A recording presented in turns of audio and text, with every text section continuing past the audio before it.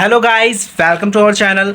तो इस वीडियो में आपको बताऊंगा मैं अपने अकाउंट्स पेपर का रिव्यू, वो कैसा आया था और मैंने कैसे किया, मेरे कितने क्वेश्चन छूटे और क्या लेवल था पेपर का। तो चलिए वीडियो को शुरू करते हैं। तो जैसे कि आप सबको पता ही है कि हमारा अकाउंट्स का पेपर ख़त्म हो चुका है और मेरे सारे एग्ज़ाम ख़त्म हो चुके हैं क्योंकि मैंने मैथ ले रखा था। और जिनका भी होम साइंस है वो अभी उनका एग्ज़ाम होगा 29 को और भी कुछ एग्ज़ाम रह रहे हैं, लेकिन मेरा तो पूरा एग्ज़ाम ख़त्म हो गया है। और एग्ज़ाम ख़त्म होते ही मैं तो एकदम टेंशन फ्री हो चुका हूँ। अब एकदम घर में मैं एकदम नल्ले की तरह बैठा हूँ, मेरे पास कोई काम नहीं है अब। बट हाँ, ये सोच रहा हूँ कि मैं CUET की प्रिपरेशन कैसे करूँगा। तो इसके लिए मैं यूट्यूब से वीडियो देख रहा हूँ कि how to start CUET preparation and syllabus and जो भी है।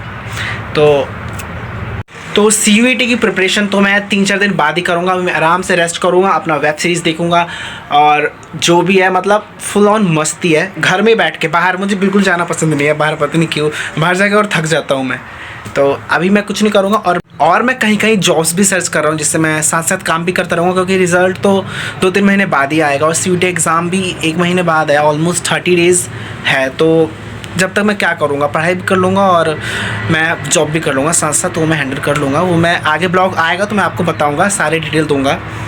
तो अभी बताता हूँ कि मेरे अकाउंट्स पेपर के दिन क्या हुआ।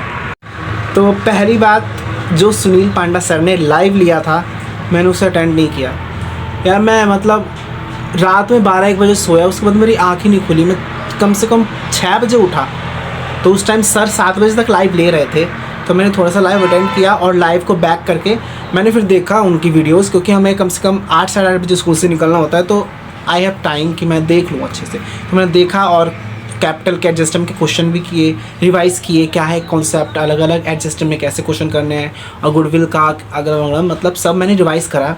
रिवाइज़ करके नहा धो के मंदिर जाके पूजा करके मैं उसके बाद हम स्कूल में गए। फिर हमारी एंट्री हुई, फिर हम अपने बेंच में बैठे। उसके बाद हमें जैसा नॉर्मल हर स्कूल में होता है कि आधा घंटा पेपर का टाइम होता है रीडिंग करने का। तो मैंने क्या किया, जो आधा घंटा नहीं 15 मिनट्स में मैंने मैक्सिमम 10 MCQs मैंने कर ली थे ऑलमोस्ट। हाँ, 10 MCQ मेरे कंप्लीट हो गए थे और MCQ ईजी थे। अगर मैं बताऊँ तो MCQ ईजी थे। क्वेश्चन आंसर भी जो भी न्यूमेरिकल्स थे वो भी बहुत ही ईजी थे। मैंने एक्सपेक्ट ही नहीं किया था कि इतना ईजी आएगा, बट फिर भी क्या बताऊँ मैं, lack of practice and lack of practice ही बोलूँगा मैं तो, क्योंकि मैंने टाइम मैनेजमेंट भी अच्छे से कर लिया था। Due to lack of practice मेरे क्वेश्चन छूटे तो नहीं, एक भी नहीं छूटा। ऑलमोस्ट सब बता रहा हूँ, एक भी नहीं छूटा। हर एक क्वेश्चन में मैं कुछ ना कुछ करके आया हूँ। छूटे मेरे बिल्कुल नहीं हैं। क्या पता एग्ज़ाम में जो चेक करे वो तरस खा के 1 आध नंबर भी दे दे कि भाई इतने मेहनत किया है, एक भी क्वेश्चन नहीं छूटा है, लिटरली बता रहा हूँ। तो सबसे पहले तो मैं बता रहा हूँ कि MCQ तो मेरे कंप्लीट हो गए थे स्टार्टिंग में ही, ऑलमोस्ट कंप्लीट हो गए थे। तो 15 मिनट्स में ही मेरे कंप्लीट हो गए थे MCQ। उसके बाद मैं चला गया, जैसे टाइम स्टार्ट हुआ 3 मार्क्स के क्वेश्चन में। इसमें जो 17 क्वेश्चन था, जिसमें हमें पार्टनर का करंट अकाउंट बनाना था। और मैं उसमें जैसे क्या है क्वेश्चन में withdrawal of capital, addition of capital सब दे रखा था। तो मैंने क्या किया, पार्टनर्स का कैपिटल अकाउंट बना के आ गया और ये मुझे गलती लास्ट में पता चली। तो उसके बाद मैं क्या ही कर सकता था, क्वेश्चन गलत हो गया। लास्ट में वैसे मैंने जस्ट फॉर्मेट बना दिया था उसका, interest in capital, interest drawing सब लिख दिया था मैंने, बस अमाउंट लिखना रह गया था क्योंकि लास्ट में पता चला मुझे ये गलती और मुझे इतना बुरा लगा। और उसके बाद जो 3 मार्क्स का जो क्वेश्चन था इंटरेस्ट इन कैपिटल, मैंने ऑप्शन वाला किया था। तो ये वो वाला क्वेश्चन है जिसमें मैं पार्टनर्स कैपिटल अकाउंट बना के आ गया था, जो मुझे लास्ट में पता चला। तो क्या ही कर सकते हैं। उसके बाद मैंने इसमें गुडविल निकाला। उसमें सबसे पहले मैंने क्या किया, मैंने आधा क्वेश्चन पढ़ के एवरेज मेथड से निकाल दिया। तो उसके बाद मैंने जब पूरा पढ़ा दोबारा, उसके बाद मुझे पता चला यार ये तो सुपर प्रॉफिट से निकालना था। फिर मैंने उसका निकाला, तो इसमें भी टाइम वेस्ट गया, कोई फ़ायदा ही नहीं हुआ, क्या ही करें। उसके बाद फिर मैंने ये इंटरेस्ट इन कैपिटल जो पास्ट एडजस्टमेंट के क्वेश्चन होते हैं वो किए। उसमें आंसर ही नहीं निकल रहे थे, पता नहीं क्यों। देखो मैं 9000, 9000, 9000 सबको मैंने किया, लेकिन समझ ही नहीं आ रहा कहाँ से करें, आंसर ही नहीं आ रहा। उसके बाद फिर मैंने ये शेयर फोर्फेट क्वेश्चन किया, ये मेरा हो गया अच्छे से। इससे मुझे है कि भरोसा अच्छे नंबर आएंगे ये वाला क्वेश्चन में। उसके बाद वो ऑप्शन में था तो ये वाला क्वेश्चन मैंने किया नहीं, मैंने वो वाला किया। उसके बाद मैंने ये वाला क्वेश्चन किया जिसमें हमें शेयर फोर्फेट का अकाउंट भी बनाना था।